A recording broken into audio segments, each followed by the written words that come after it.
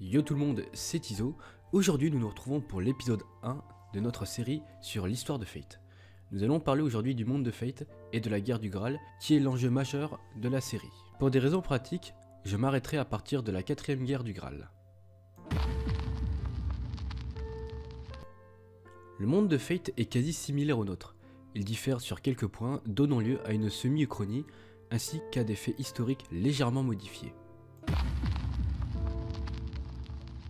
Dans l'univers de Fate, la guerre du Saint Graal est le nom du rituel de la compétition qui décidera du propriétaire du Saint Graal au travers d'une battle royale sanglante. Bien sûr, le Graal dont nous allons parler n'a absolument rien à voir avec le Graal de Indiana Jones. Du coup, vous pouvez oublier tout ce que vous savez sur le Graal. La guerre qui a eu lieu à Fuyuki est unique car elle est la seule à comporter un système de servants qui utilise des esprits héroïques en tant qu'armes. On notera d'ailleurs que la guerre de Fuyuki n'est pas la seule guerre du Saint Graal, car il semble y avoir de nombreux autres projets ou objets catégorisés comme étant des guerres du Saint Graal au fil du temps, et plusieurs compétitions pour en décider les propriétaires. On ne sait pas officiellement quelle était la première guerre du Saint Graal à l'aube de l'humanité. Quant au début des événements de Fate Stay Night, le Graal est à sa 726e guerre étudiée par l'Église. Après chaque guerre, un cycle d'environ 60 ans est nécessaire pour accumuler suffisamment de mana pour invoquer les 7 servants de la guerre suivante. La période de 10 ans entre la 4ème et la 5ème guerre est la plus courte jamais vue. Il semble que toutes les guerres se sont déroulées durant l'hiver, sur une période de 2 semaines. Les participants à la guerre sont 7 masters choisis par le Graal, et leurs servants invoqués grâce à l'aide du Graal. La guerre est une sorte de battle royale entre ces individus, jusqu'à ce qu'il n'y ait plus qu'un seul servant en vie. Le Graal apparaîtra alors devant le vainqueur, qui pourra lui demander d'exaucer n'importe quel souhait. Cependant, les masters doivent suivre les règles établies au cours des guerres. Comme tout faire pour que la guerre reste secrète aux yeux des civils, et donc éviter de s'en prendre massivement à la population vivant sur le terrain du conflit. Abordons maintenant les guerres du Graal concernant la série Fate Stay Night. Il y a de cela 1000 ans, une famille, les Aesbern, originaire d'Europe de l'Est, a perdu la 3ème vraie magie. Elle n'a eu de cesse depuis de trouver un moyen pour la récupérer. A force de persévérance, ses membres sont parvenus à acquérir la connaissance nécessaire pour recréer le réceptacle. Mais malheureusement, cela n'a pas suffi pour créer un chemin vers l'origine et recréer la 3ème vraie magie. Il y a 200 ans, les membres de la famille Aesbern ont fini par réaliser qu'ils ne pouvaient pas arriver à leur fin tout seuls. Ils ont alors ravalé leur ego et demandé de l'aide à de vieilles familles de mages. Mais à cette époque, l'association des mages et l'église étaient au beau milieu d'un conflit sanglant, et il fallait éviter d'attirer l'attention de deux grandes organisations. D'autant plus que les rituels destinés à atteindre l'origine doivent être normalement supervisés par l'association des mages. Le choix s'est donc porté sur un pays situé en Extrême-Orient, très éloigné des sièges des deux organisations et qui n'a que peu d'importance à leurs yeux, le Japon. Les Aesbern se sont adressés à la famille Tosaka, car ils sont en charge d'un alignement de sites exceptionnels au Japon, et ce sont des experts en invocation. Sans leurs compétences particulières, les Aesbern ne pouvaient pas mener à bien leur projet. Cependant, les trahisons étaient trop faciles entre les deux clans. Les deux familles ont invité une 3ème ancienne famille de mages pour créer un pseudo-équilibre à 3 et empêcher toute trahison de l'une des familles, les Makiri. Passer maître dans le contrôle des familiers. Une fois tout cela décidé, les 3 familles ont planifié les besoins pour mettre en place le rituel nécessaire pour atteindre l'origine. La famille Tosaka a fourni le lieu où se déroulait le rituel, la ville de Fuyuki, la terre qu'ils administrent. La nécessité du secret autour du rituel étant absolue, et le site se situant sur un alignement de sites de premier ordre, les conditions étaient pratiquement parfaites pour mener le rituel à bien. Malgré la qualité et l'emplacement, l'alignement de sites n'est pas suffisamment proche de l'origine et ne permet pas l'usage de la vraie magie. Pour l'atteindre, il faut percer le mur qui bloque le passage. Le processus mis au point consiste juste à pratiquer un trou dans un mur et ouvrir une porte, en absorbant les âmes des esprits héroïques vaincus au cours du rituel, et en laissant rejoindre l'autre côté une fois qu'ils sont tous présents dans le Saint Graal. L'énergie accumulée est alors suffisamment importante pour ouvrir la fameuse porte. Cependant, abattre ce mur n'est qu'une première étape car l'origine est trop loin, mais au terme de ce processus, celui qui a obtenu le Saint Graal a accès à une quantité infinie d'énergie magique. Cette énorme quantité de mana utilisée, jamais vue sur Terre, n'est autre que le miracle aux yeux d'un mage normal, et peut permettre la réalisation de n'importe quel vœu. Les 3 chefs de famille Justinizia Lizzie von Iceberg, Tosaka Nagato et Maki Rizuken installent le Graal supérieur dans une caverne géante située sous le temple Ryodo. Les préparatifs sont supervisés par Kishur Zelrech Chouenorg, dont Tosaka Nagato est l'apprenti. Dans les faits, ce dernier étant mage moyen, c'est sa fille qui a réellement contribué à la mise en place du rituel pour la famille Tosaka. Pour mener à bien ce rituel, les circuits magiques de Justinizia Lizzie von Eisenberg ont servi à constituer le Graal supérieur qui est chargé de pratiquer l'ouverture vers l'origine. Car sans ce rituel et sans ces circuits, il ne s'agit que d'une machine à exaucer les souhaits. Mais à cause du trop faible nombre de servants invoqués au cours de la première guerre, le Graal n'a pas reçu assez d'énergie et le rituel a échoué. C'est alors qu'il a été décidé d'ouvrir la compétition à davantage de mages, sous couverture d'un tournoi de mages avec comme récompense pour le vainqueur la réalisation de son souhait le plus cher par le Graal, même si ce n'est qu'un effet secondaire du véritable but du rituel, cela étant aussi pour ne pas révéler à l'association des mages le véritable but du rituel. Contre toute attente, cette méthode s'est révélée plutôt efficace, car les mages ayant découvert la véritable nature du rituel ont continué de jouer le jeu, espérant se servir du Saint Graal pour leur propre compte, et en essayant de doubler les autres participants.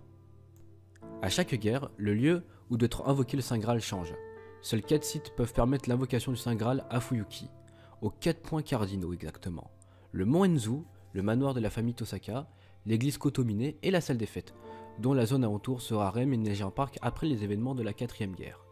A chaque fois qu'une guerre se termine sans que le rituel ne soit achevé, le Saint Graal bascule automatiquement sur le site suivant les guerres suivantes.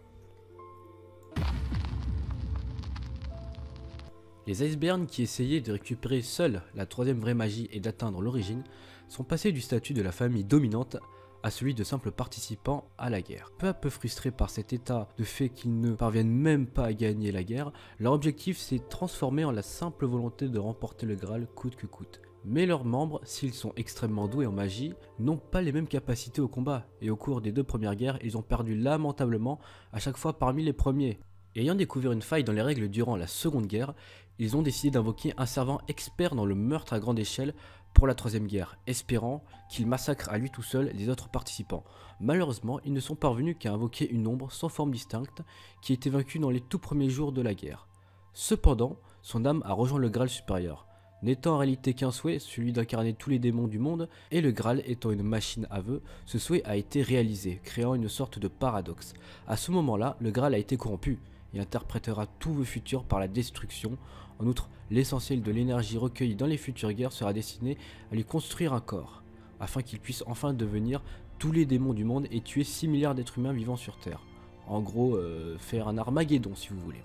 C'est à partir de cet événement que le Saint Graal, qui ne permettait auparavant que l'invocation de héros au sens propre du terme, c'est-à-dire des gentils, va se mettre à piocher également dans les anti-héros, tels que Dracula, Gilles de Ré et... Ah d'accord. Donc en gros, le Graal est complètement devenu fou et il invoque des méchants. Génial. Après les massacres de la seconde guerre, et parce qu'il est dangereux de laisser des mages s'affronter à la vue de la population avec de puissants familiers, il a été décidé par l'association des mages qu'un observateur neutre superviserait discrètement les futures guerres à partir de la 3ème. Cependant, à cause des dissensions internes permanentes au sein de l'association et d'une soi-disant pseudo-corruption d'une personne soi-disant neutre, personne ne pouvait convenir à la tâche et il fallut demander à une organisation extérieure en idéaux de fournir le superviseur, c'est-à-dire l'église. À cette époque, le conflit entre les 2 grandes organisations était terminé. L'église avait examiné depuis longtemps le Saint Graal de la première guerre et avait conclu que ce n'était pas la coupe qui avait recueilli le sang du Christ, et que c'était de l'hérétisme. Se désintéressant rapidement du rituel, cependant, elle a accepté de dépêcher un représentant. Elle est sympa l'église, hein, car un refus aurait pu relancer un conflit armé avec l'association. Et ouais, on a enterré l'âge de guerre, mais la ressortir est tout aussi facile. De plus, l'église estime que même s'il s'agit d'un faux, ce Graal peut avoir une influence et des conséquences sur ce monde.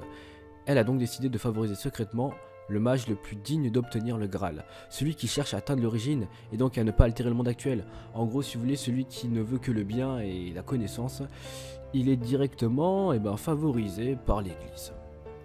Au fil des guerres, les objectifs initiaux des 3 familles ont évolué. Les Iceberg ne désirent plus que remporter la guerre, et Zuken ne cherche plus qu'à obtenir l'immortalité. Ouais, car faut savoir que le vieux, au-delà du centenaire en fait, je crois. La dernière personne récemment intéressée par l'origine est Toshaka Tsuyokomi. C'est pourquoi le superviseur de la 4ème guerre l'a été, avant et au cours du rituel. Le premier rituel s'est tenu aux alentours de l'an 1805, avec 3 classes de servants, invoquées par les Icebeards, les Tosaka et les Makiri. Justitia Laislen von Icebeard était déjà devenu le cœur supérieur au début du rituel et ne pouvait être le master des Icebeards. Du côté des Tosaka, il s'agissait probablement de Nagato ou sa fille. Ezuken était vraisemblablement le représentant des Makiri. Le rituel s'est tenu de manière ridiculement honnête entre les participants qui ont fini par se battre pour obtenir le contrôle exclusif du Saint Graal. Mais à cause de l'absence de sorte de commandement, les masters ont eu beaucoup de mal à contrôler les servants. De plus, à cause du nombre trop peu important de servants invoqués, le Saint Graal n'a pas reçu suffisamment de magie pour ouvrir la porte vers l'origine. Selon un auteur de light novel, Nasu, à cause de la manière dont s'est déroulé le rituel, on ne peut pas vraiment considérer cet épisode comme une guerre du Saint Graal. Cette guerre s'est déroulée aux alentours de 1865, autrement dit 60 ans plus tard. Avant ce rituel, plusieurs choses ont changé. Les Makiri ont développé les sorts de commandement permettant un meilleur contrôle des servants. Afin d'invoquer davantage de servants que lors de la première guerre, les 3 familles ont également invité plusieurs autres familles de mages pour participer au rituel en leur faisant miroiter le Graal et son pouvoir omnipotent. Grâce à ces nouveaux participants et ces nouveaux pigeons, les 7 classes standards de servants ont cette fois été toutes invoquées pour la première fois. Toutefois, en accord avec le principe de ne pas ébruiter le but réel, elles ont fait en sorte que la guerre reste secrète. Mais vu que dans ce manga tout le monde est un gros bourrin, et ben malgré les précautions, la guerre a tourné au massacre pur et simple. Au terme des 2 semaines que le duel a duré, il n'y avait pas de vainqueur, et le Graal supérieur s'est éteint sans avoir rempli son rôle. Merci le Graal. Bien que la guerre ne puisse plus déboucher sur rien, les masters restants ont continué la bataille, si bien que tous les participants à la guerre sont morts. On ne sait pas grand chose sur cette guerre, cependant on sait que Zuken n'y a pas participé, que ça a eu lieu au manoir de la famille Tosaka, et que c'est également au cours de cette guerre que les Icebeards, dont le représentant a été battu rapidement. Ils ont trouvé grâce à ça une faille dans les règles d'invocation du Graal. On peut penser que durant la 3e guerre, Justitia et Nagato ont perdu la vie, ce qui donnerait grâce à ça descendance à leurs enfants qui reprendront le flambeau de leur famille plus tard.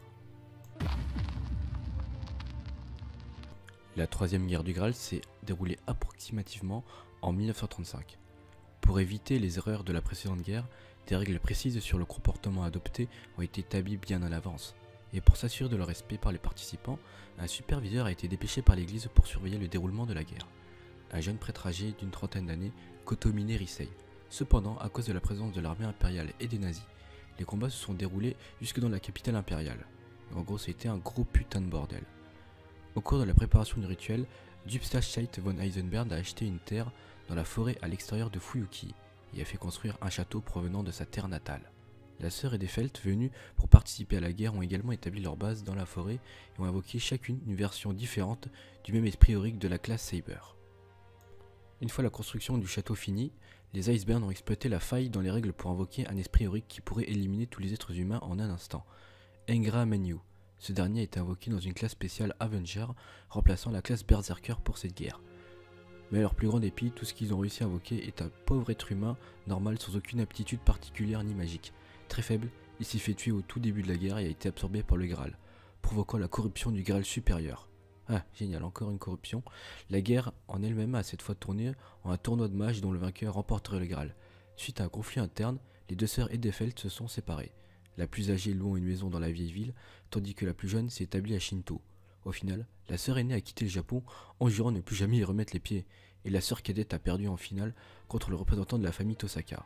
Cependant, le réceptacle du Graal a été détruit au cours de la guerre. Ah bah c'est bête ça. Et le rituel n'a donc pas pu être mené à son terme. Une nouvelle fois, on sait que le rituel d'invocation du Graal a lieu à l'église Kotomine. Après la guerre, le représentant de la famille Tosaka a forcé la sœur cadette des Edelfelt à lui donner un héritier, ce qui leur a permis d'augmenter sensiblement leur maîtrise des joyaux et d'utiliser le sort Gandre. C'est après la guerre qu'il a été convenu que le jeune Kotomine Risei serait également le superviseur de la 4e guerre. En outre, pour éviter que le Graal ne soit à nouveau endommagé au cours de la guerre, les Icebeards ont décidé de fabriquer un réceptacle capable de se défendre en le plaçant à l'intérieur d'un Homunculus. Enfin, c'est un peu bête de filer les rênes encore une fois à Risei puisqu'il a fait foirer la 3e un peu. Enfin, il n'a pas protégé le Graal. Donc comment pour la 4e il pourrait encore le protéger? C'est quoi cette logique? Et voilà chers amis, nous avons fini la pseudo-introduction de cet épisode 1. Donc j'espère que ça vous aura plu. Donc je pense que vous l'avez remarqué, mais j'ai contourné le plus possible les servants et les personnages, puisque je vais en parler dans l'épisode 3, 4, 5, etc. En tout cas, j'espère que ça vous aura plu. Moi, ça m'aura pris un peu beaucoup de temps. J'espère que je n'ai rien oublié. Si j'ai oublié quelque chose, n'hésite pas à le préciser. Je suis débutant et j'ai droit aussi à de l'indulgence. C'est un peu des erreurs, s'il vous plaît. On se retrouvera peut-être dans un petit moment pour l'épisode 2, qui parlera de Fate Zero, qui parlera de la 4ème guerre du Graal, etc. Donc j'espère que ça vous aura plu, franchement. Et n'hésitez pas à lâcher un commentaire. C'était Tizo, à plus.